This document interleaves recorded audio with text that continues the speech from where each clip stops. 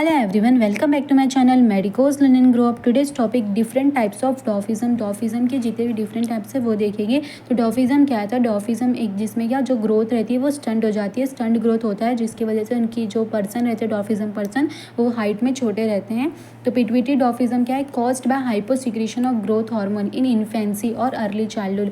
Pituitary dwarfism कैसे होता है? जो कि कॉज्ड होता है बाय द हाइपोसिक्रीशन, मतलब ग्रोथ हार्मोन. ये क्या है? ग्रोथ हार्मोन का हाइपोसिक्रीशन हो जाना. हाइपो मतलब कम सिक्रीशन होना ग्रोथ हार्मोन का इन इन्फेंसी और अर्ली चाइल्डहुड में, जिसकी वजह से पिट्यूटरी डॉफिज्म कॉज होता है.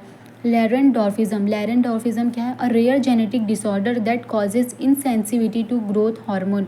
एक रेयर जेनेटिक डिसऑर्डर है जो कि क्या कॉज करता है? Insensitivity to growth hormone. Cause क्या है? Mutation in the gene of growth hormone receptor. जो जीन है ग्रोथ हार्मोन रिसेप्टर के, उसमें म्यूटेशन हो जाने की वजह से वो रिस्पॉन्स नहीं करती है ग्रोथ हार्मोन को.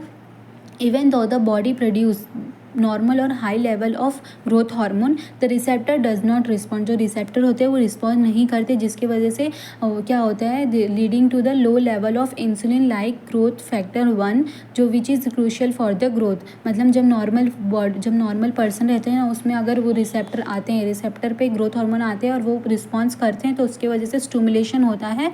स्टिमुलेशन होने की वजह से इंसुलिन लाइक ग्रोथ फैक्टर का सीक्रेट होता है, जो कि इंपॉर्टेंट होते हैं फॉर द ग्रोथ करने के लिए, स्केलेटल ग्रोथ करने के लिए. अब लॉरेंट डॉर्फिज्म क्या होता है? ये जो होता है जे ग्रोथ रिसेप्टर, उसमें म्यूटेशन हो जाने की वजह से वो रिस्पॉन्ड नहीं करते, रिसेप्टर रिस्पॉन्ड नहीं करते ग्रोथ हार्मोन को. Even though the normal and high level of growth hormone body में प्रोड्यूस होता है, but receptor does not respond, leading to low level of insulin like growth factor 1 and which is जिसकी वजह से क्या होता है? लैरेंट डॉर्फिज्म कॉज होता है. That's it. ये था. उसके बाद साइकोसोशल डॉर्फिज्म. साइकोसोशल डॉर्फिज्म इसको और also known as a stress dwarfism भी बोलते हैं. Deficiency of growth hormone because the body suppress the growth hormone production due to the prolong stress. Emotionally stress हो जाने की वजह से, इमोशनली डिप्रीवेशन हो जाने की वजह से एंड एब्यूज़ होने की वजह से जो प्रोडक्शन होता है ग्रोथ हार्मोन का, वो क्या हो जाता है? वो सप्रेस हो जाता है, जिसकी वजह से साइकोसोशल डॉर्फिज्म कॉज होता है. It is also called as a Kaspar Hauser syndrome since notice first in the patient Kaspar Hauser. इसको also known as a Kaspar Hauser syndrome भी बोलते हैं, क्योंकि जो ये फर्स्टली किस में नोटिस किया, जो पेशेंट का नाम था कैस्पर हॉजर, उस पर ही नाम दिया गया कैस्पर हॉजर सिंड्रोम.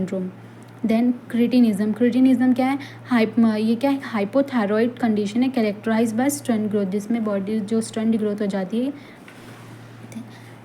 डॉर्फिज्म इन डिस्ट्रोफिया एडिपोस्टोजेनिटलिस. ये डॉर्फिज्म क्या इन किस में होना? डिस्ट्रोफिया एडिपोसोजेनिटलिस.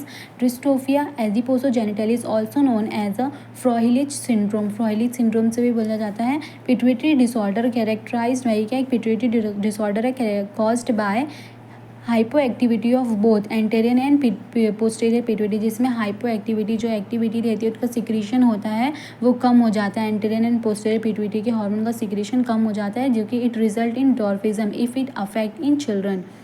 डॉर्फिज्म इन पेन हाइपोपिट्यूटरिज्म में डॉर्फिज्म पिट्यूटरी डिसऑर्डर. एक है एक पिट्यूटरी डिसऑर्डर है caused by hyposecretion of all hormones of anterior pituitary. It result in dwarfism if affect children. That's it. ये था डिफरेंट टाइप्स ऑफ डॉर्फिज्म.